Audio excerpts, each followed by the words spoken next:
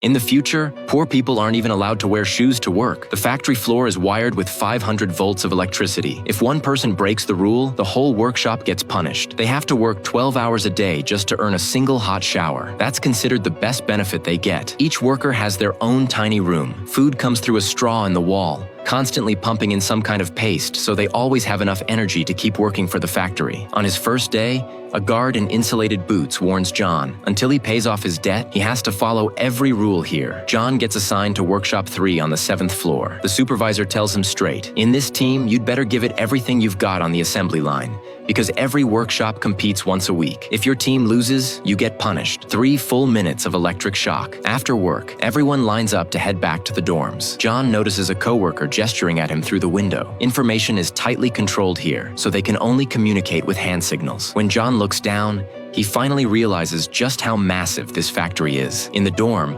someone quietly warns him. The floor is wired too, to stop anyone from escaping. The voltage gets switched on at night when everyone's asleep. The rooms provide basic supplies, and those straws keep pumping in food. It's completely tasteless. Every bite feels like chewing dust. Only the team that ranks first gets to enjoy a real meal with actual flavor. That becomes the only motivation everyone is hanging on to. Day after day, John slowly adapts to this life. He gets faster on the line, more skilled with every part. Soon, their team climbs up to first place. But just before the final push, one teammate suddenly collapses. John quickly helps him into the hallway. He can see the guy's condition getting worse by the minute. The team leader immediately calls for a doctor. To cut costs, the factory's doctor is just another worker who used to be a real physician. This time, the doctor walks over barefoot, carrying a medical kit, and starts checking on Bob. The leader begs him to save Bob. Just let him hold on for 3 more days and he'll finally be free. But the doctor just sadly shakes his head. Bob's body is completely burned out. He doesn't have long, so the doctor lets him stop breathing early. Then he sighs, almost jealous that Bob gets to leave this world so easily. John is completely stunned, but the doctor stays calm and reveals the ugly truth. A few days earlier, a worker on the 4th floor finally paid off his debt and left the company. But within 2 days, they dragged him back and threw him into a workshop on the 2nd floor to keep working. The contract was full of traps. Once you sign it, you're basically a slave to the factory forever. When the workers on the 2nd floor found out the truth, they rioted. To crush the chaos, the company electrified the floor for 2 whole days. In the end, 49 workers never walked out again. Compared to that, Bob's quiet death is already considered a kind of luck. After hearing all this, the leader's faith shatters. He decides to trust John, to follow him and find a way to escape this place. John starts to plan. Each workshop has 49 workers, but only 3 guards watching them. If they can deal with the high-voltage floor, their numbers are enough to overpower the guards. Soon, a new worker is escorted in. The guard uses a lift platform to bring him down. John notices something. When the elevator moves, it never touches the floor. No contact, no high voltage. That means the moment a new worker arrives is the perfect time to attack. There's also a public restroom inside the workshop. John removes a toilet cover and finds a water pipe. He grabs a file and starts scraping it slowly. As long as he doesn't give up,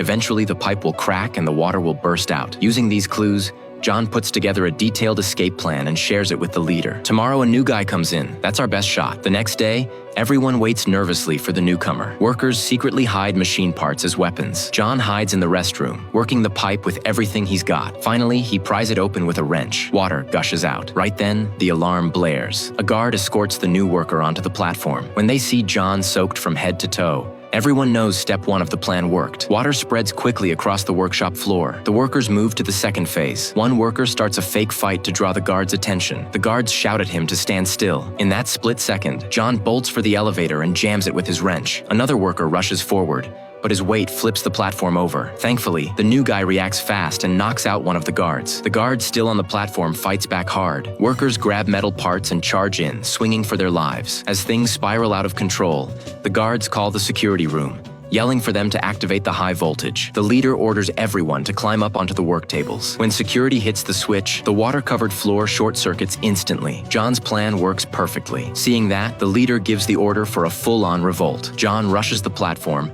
grabs the guard's weapon, and opens a path for the workers. The water keeps spreading, even seeping down into the lower workshops. Other workers below realize something big is happening upstairs. Soon, the workers storm the security room and seize the weapons. The control room feels the danger closing in and orders the building's main high voltage switched back on, hoping to wipe out all the workers in one go. But it's already too late. With the leader holding a gun to his head, the manager is forced to shut the system down. Outside, The hydropower station is also shut off. The building goes completely dark. Backup power kicks in, but it can only keep the lights on. From that moment on, no one is afraid of the high-voltage floor anymore. The leader grabs the mic and broadcasts to the whole factory, exposing the traps hidden in the contract and telling everyone, following the rules will never buy you freedom. The workers start chanting and charging forward. The guards have already run off to hide in the warehouse. In fear and chaos, the workers finally reach the main gate. Even though the building stands out over the open sea, they don't hesitate. They dive straight into the water, because above the horizon, the blue sky and white clouds are already showing them the way home.